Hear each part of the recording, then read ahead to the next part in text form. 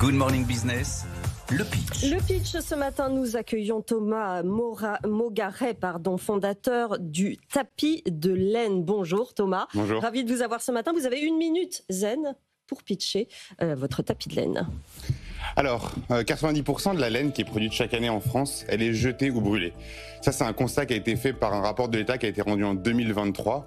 Faute de valorisation, on ne sait pas quoi en faire ou on n'arrive plus à la valoriser. Moi, j'ai créé justement pour répondre à ça le tapis de laine.fr. Donc, c'est un tapis de yoga qui est en laine du Larzac.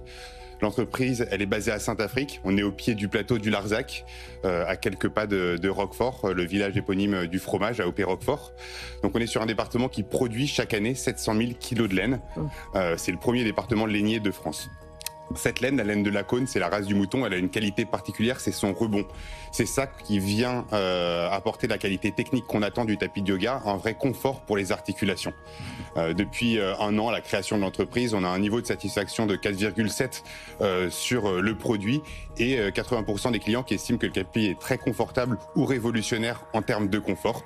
Donc voilà, une première étape atteinte après un an de création. Vous en faites donc des tapis de yoga et de méditation. Première question, Anthony Morel.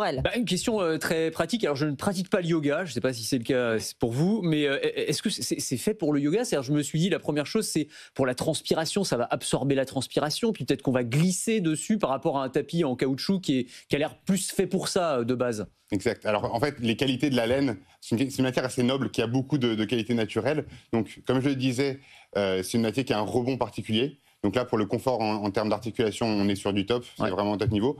Après, pour la gestion de la transpiration, sujet que vous évoquez, en fait, la laine, elle va naturellement évacuer et gérer l'humidité. Donc, il n'y aura pas de sentiment, même si quelques gouttes de transpiration tombent, il n'y aura jamais de sentiment d'humidité.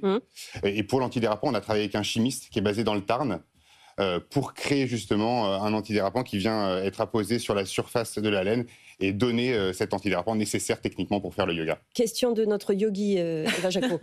Oui, alors du coup, moi j'ai plusieurs questions, mais c'est vrai que c'est intéressant ce que souligne Anthony au niveau du grip. Est-ce qu'on a le même grip sur un tapis de yoga pour pas glisser, et comment on le nettoie surtout? Parce qu'un tapis en caoutchouc, on passe un coup d'éponge ou une lingette. Là, comment on fait? Exact. En fait, la matière laine, elle va avoir déjà une première qualité. Encore une fois, c'est naturel. Elle évacue toute seule les odeurs, les transpirations, et donc elle garde assez peu de choses, bactéries, tout est évacué naturellement quand on est... en fait, comme un pull ou un pantalon, naturellement, normalement, on étend, et c'est l'air qui vient principalement nettoyer la laine. Après, on peut, et s'il y a une petite tache, passer un petit coup de éponge savonneuse, on peut passer l'aspirateur dessus pour enlever les poussières s'il faut.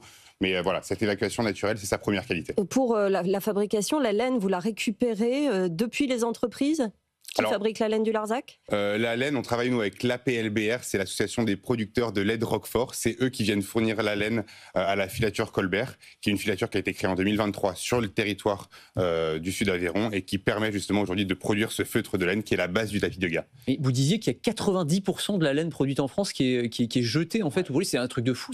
On n'a pas assez on peut pas faire assez de pulls quoi. On vend pas, ou alors c'est pas le même type de laine. Je sais pas. Non, c'est une matière qui demande beaucoup d'énergie, donc qui coûte cher à être transformée, lavée. Et puis, depuis 15-20 ans, en fait, on a quand même privilégié en termes de consommation les matières textiles qui sont à la fois moins chères et qui sont produites de fait à l'autre bout du monde. Eva. Vous disiez 700 000 kilos de laine produite. Vous récupérez combien il y a combien de surplus en fait que vous récupérez? 700 000, en fait, c'est le tonnage de laine qui est produit chaque année dans l'Aveyron. Donc c'est déjà un département, on est le premier département lainier de France, mais c'est qu'en Aveyron. Et nous, on vient dans chaque tapis mettre environ 4 kilos de laine brute, c'est-à-dire avant lavage. Après lavage, il reste 30%. On a un tapis qui fait 1,2 kg.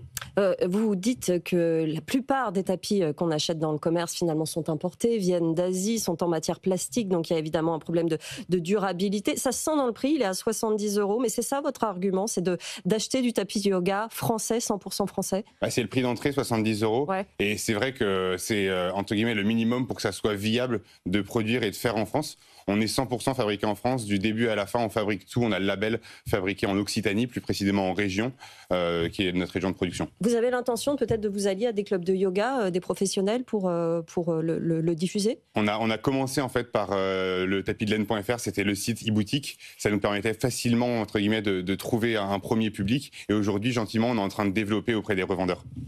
Eva? Oui, non, mais c'est vrai que j'allais vous poser la question. Vous nous parlez de 70 € de prix d'entrée. Ça va jusqu'à combien? Et c'est la durée de vie du produit, elle est de combien? Alors, le prix d'entrée, c'est 70 €, c'est le tapis de méditation, il y a le tapis de yoga, il y a la sangle avec, il peut y avoir une personnalisation. Donc, on a plusieurs gammes de produits. Et après, la durée de vie, l'objectif en termes de tapis de yoga, normalement, on dit 2-3 ans. Honnêtement, j'ai pas le recul, l'entreprise elle a moins d'1 an, mais on devrait facilement atteindre ces chiffres-là. Durable, confortable, sans glissade, c'est le tapis de laine. Merci beaucoup Thomas Mogaret d'être venu ce matin dans le pitch de la matinale.